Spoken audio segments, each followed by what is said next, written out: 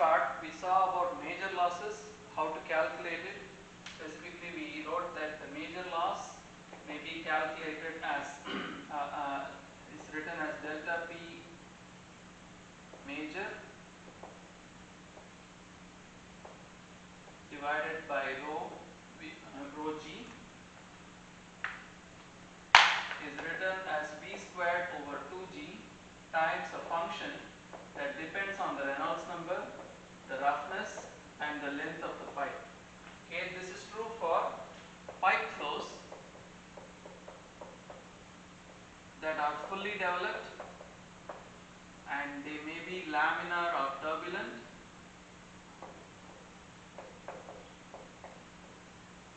In the case of laminar, it doesn't depend on it, it's a function of the Reynolds number only, and in the case of turbulent, in addition to depending on the Reynolds number, it also depends on the roughness of the pipe. So this is about major losses, which are typically losses associated with straight sections of piping. Okay, straight sections of piping where the flow can be taken to be nominally fully developed. Or in other words, if we consider a pipe and let's say there is a valve here and let's say there is an elbow here, the effect of the valve or the entrance effects or the region it takes for the flow to develop, if it is a small fraction of the pipe, let's say this part here contributes to major losses, or in other words it's related to flow through a pipe, and this part here where the entrance section and whatever happens in the valve, the pressure drop across this part contributes to minor losses. And again, when we have an elbow, the flow has to bend, it has to readjust, so whatever happens here is accounted as minor losses, and if the flow continues straight for a certain length, that part will be referred to as major losses. That is, anything that is related to fully developed pipe flow is called a major loss, and anything that is related to auxiliary fittings, flow turning around in an elbow, or a short section which is yet developing, not fully developed, those are called minor losses. So in this lecture, what we want to write is, how do we calculate the minor head loss, which is defined as the delta P minor divided by rho times G, and we want to write this as V squared over 2G multiplied by KL, which is called a loss coefficient. Specifically, it's called a minor loss coefficient. Now, how would you think about KL, which is the minor loss coefficient? That is, if you have a flow, say suppose you have a test facility where you have this kind of an arrangement. Let's say you have a straight section of pipe, okay, and you have a place where you can install any type of fluid fixture. You can have a fixture like a valve, and we have the capability or measurement capacity to read the pressure here and the pressure here, or in other words, there is a pressure gauge that is attached between section 1 and section 2, so that you can read out the pressure drop delta P across the fixture of interest, okay, across the fixture of interest. So if you put a valve of design A valve of design B, or any type of design, you want to evaluate what is the relationship between delta P and the design, which let's say it simply depends on its dimension of the inner bore or some kind of length or some kind of curvature. It's related to the geometry.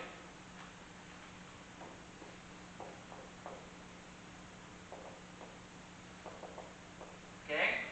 It also depends on what is the flow rate that is being circulated, or in other words, if we write this as the velocity times the cross section, it is related to the average velocity v.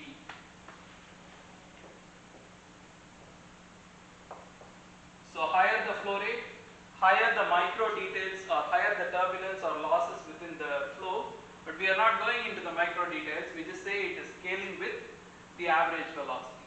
So you can vary Q may be varied, or this average velocity may be varied, the design may be varied, the fluid may be varied, that is the Reynolds number may be varied.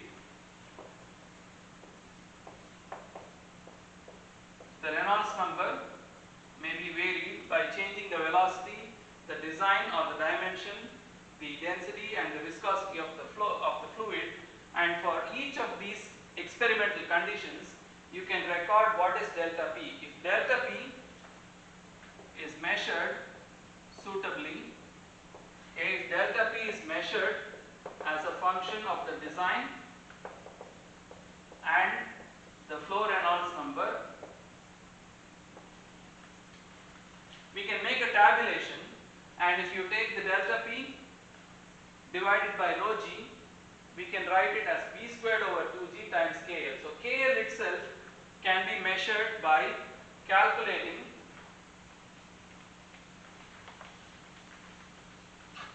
KL itself can be tabulated as writing delta P divided by rho g, divided by rho g divided by v squared over 2g, which is another way of writing delta P equals KL equals delta P divided by rho v squared. This comes from measurement. That is, you install fixture A in here, you run a flow, you know the flow velocity, you know the density, so these two can be controlled.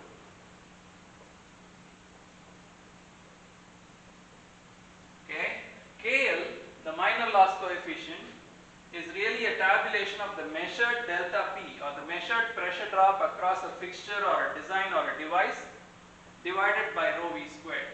Now this is a very practical way of calculating head loss. If I come in and hand you a sheet that has various that has KL for various flow devices, then practically I've given you all the information to calculate H minor. That is, you don't have to do the experiment. Take this as a tabulation, tabulated. Take this as a tabulation. If you know your flow velocity, you know your average velocity, flow rate, you know your average velocity. You can calculate H minor simply as v squared over 2g multiplied by KL, which is given to you in a tabulated form. And this tabulation is given in the book all the way from figure 8.22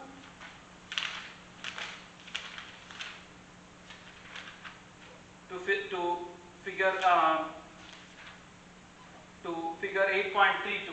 So it's given in figure 8.22 to 32, okay, and also given to you in various tabulations, in various tables, especially table 8.2, especially table 8.2 here.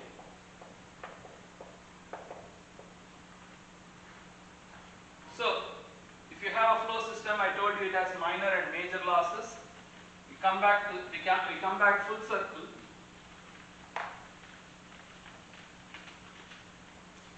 HL is H major plus H minor. H major, which is related to fully developed pipe flow, either laminar or turbulent, is v squared over 2g times a function that depends on Reynolds number, roughness and length. H minor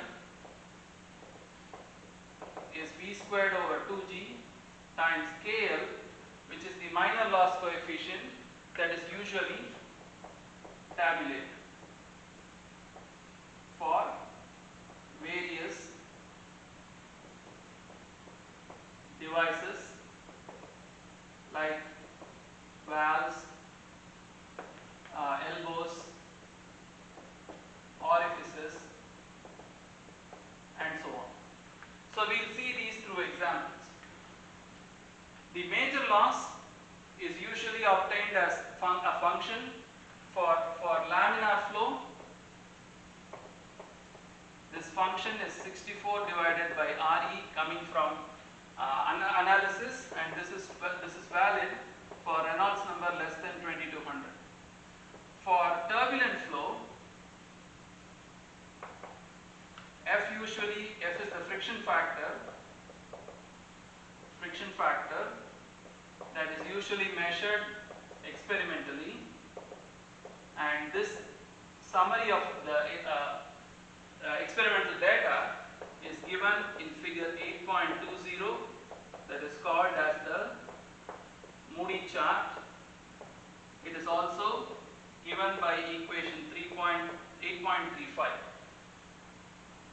Knowing how to use either the laminar friction factor or the turbulent friction factor is necessary to calculate the major head loss. That is, you start with first computing the Reynolds number. If the Reynolds number is less than 2200, you have a laminar flow on your hands. If it is more than 2200, you have either a turbulent or a transitional flow. In either case, you refer to the appropriate equation to get F, the friction factor. From the friction factor, you get the major head loss. You know V is basically the flow velocity divided by area is your average velocity. For minor loss, based on your average velocity and what type of device that you are dealing with, you refer to the appropriate tabulation which is given either in the textbook or an ASME data book.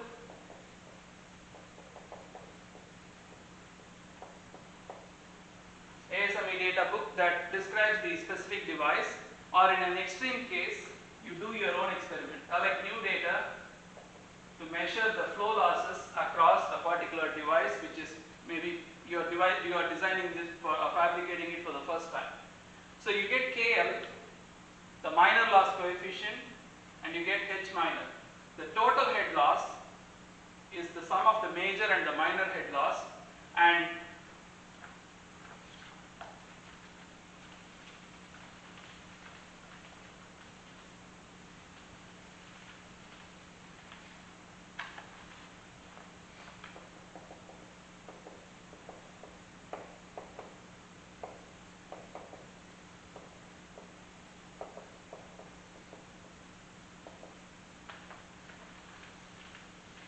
total head loss is the sum of the major head loss and the minor head loss, and the total pressure loss, delta P total, is basically given by rho G times HL.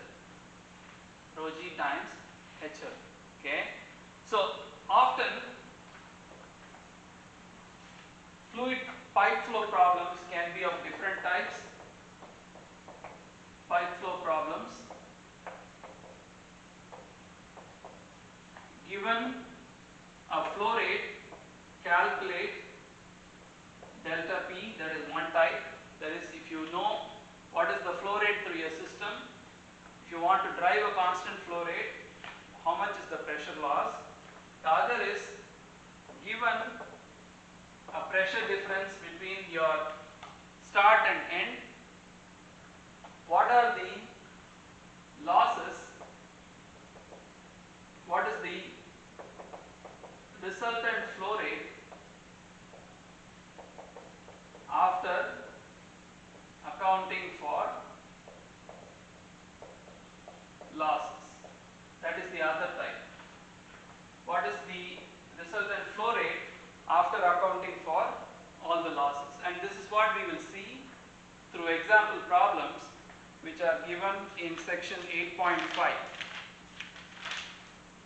Section 8.5 is basically pipe flow problems, which I ask you to actually go through the examples, and what we will do during lecture is to discuss several examples, as many as possible. Thank you.